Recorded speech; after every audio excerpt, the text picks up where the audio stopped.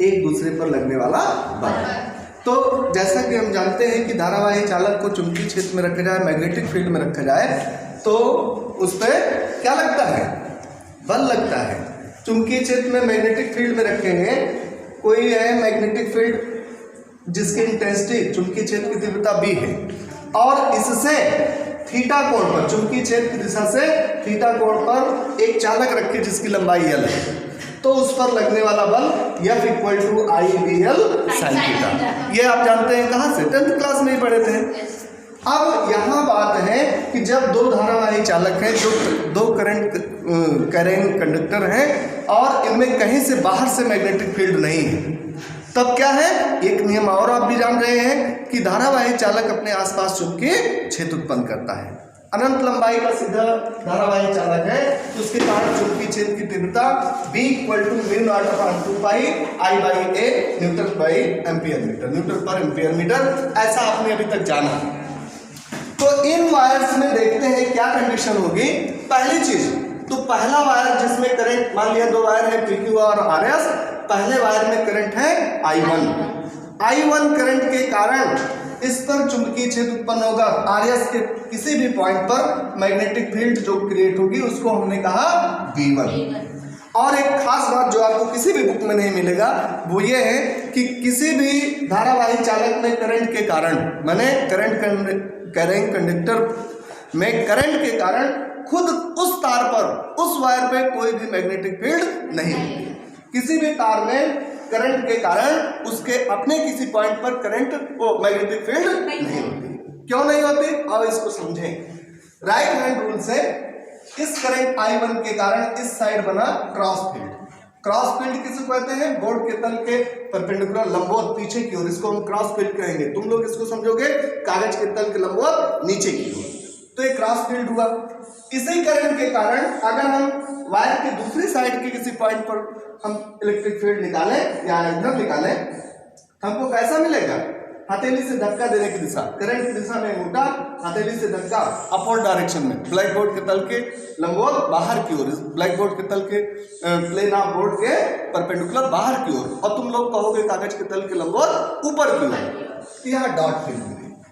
Wire के किसी point पर देखें तो क्रॉस फील्ड और डॉट फील्ड की इंटेंसिटी बराबर मिलती है। जितना क्रॉस फील्ड उतना डॉट फील्ड, दोनों एक दूसरे को न्यूट्रलाइज कर देते हैं। इसलिए किसी भी वायर में अपने खुद के करंट के कारण मैग्नेटिक फील्ड नहीं होती। तो आइए अब यहां देखें, पहले करंट I1 के कारण, PQ में करंट I1 के कारण RS के किसी पॉइंट पर मैग्नेटिक फील्ड V1 है, तो V1 आप अभी अभी निकाले, कितना निकाले हो? μ0 या μ0/2π, आगे बोलो I/A। ये चीज हुआ, V1 हुआ। और इस V1 मैग्नेटिक फील्ड में RS की लेंथ अगर पूरी, हमने कहा कि कैपिटल L है, कैपिटल L लेंथ हो, इस पूरे लेंथ पर लगने वाला बल मैग्नेटिक फोर्स F = इसमें करंट कितना है इस फील्ड में?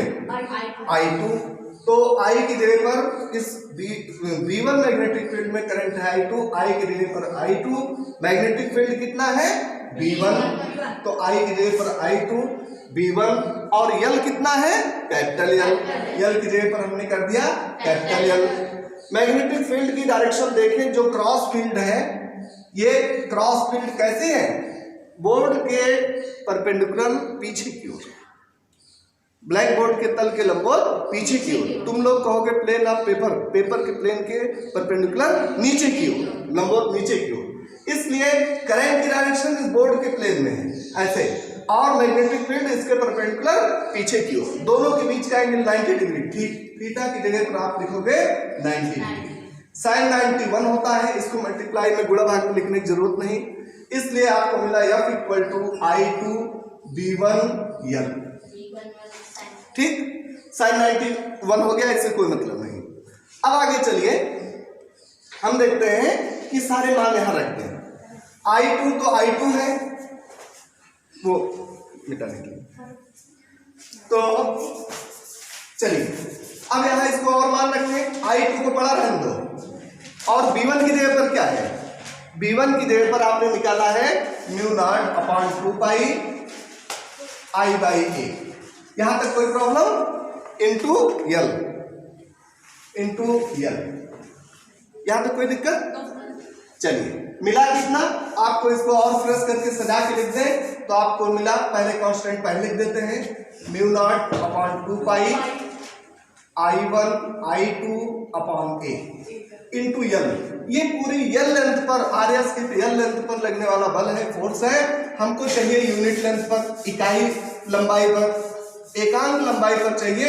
यल लेंथ पर इतना फोर्स, तो एकांक लंबाई पर F by L is equal to mu naught upon 2 pi I1 I2 by A. इस फोर्स की डायरेक्शन क्या होगी, इसको देखने के लिए फ्लेमिंग के बाएं हाथ के नियम से, लेफ्ट हैंड रूल से, मैग्नेटिक फील्ड की दिशा में पहली उंगली, इसको कर्व फिंगर भी बोलते हैं, पहली उंगली चुंबकीय क्षेत्र की दिशा बताती है। मैग्नेटिक फील्ड की डायरेक्शन में पहली उंगली, फिर करंट की दिशा में बीच की उंगली, अंगूठा ये बल की दिशा बताता है। इसका मतलब इस पर बल लगेगा पहले वायर की ओर, ठीक है। इस पर कैसे बल लगा, पहले वायर की ओर। ऐसे ही अब इस वजह से ये अंदर की ओर, पहले वायर की ओर थोड़ा सा झुकने का प्रयास करेगा। अगर ये टाइट नहीं है तो इस ओर या झुकने का प्रयास करेगा। तो ठीक ऐसे ही इतना ही बल दूसरे वायर पर भी लगेगा और दूसरे वायर पर भी इतना ही बल, F by L equal to mu naught upon 2 pi I1 I2 by A. इसका मात्रक न्यूटन पर मीटर, एफ का मात्रक न्यूटन और एल का मीटर, इसकी यूनिट बनी न्यूटन पर मीटर।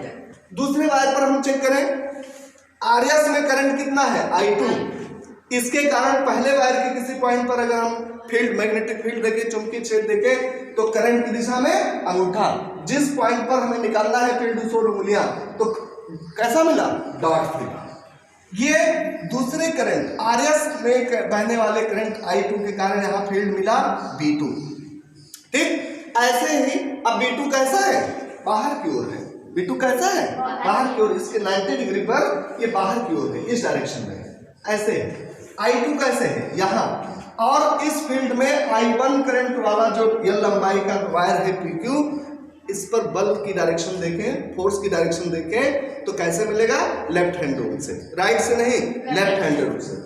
लेफ्ट हैंड से फील्ड की डायरेक्शन में पहले उंगली, करंट की डायरेक्शन में बीच की उंगली, अंगूठा, ये थंब, ये फोर्स की डायरेक्शन होगी। इस तरह से इस पर अंदर की ओर बल लगेगा।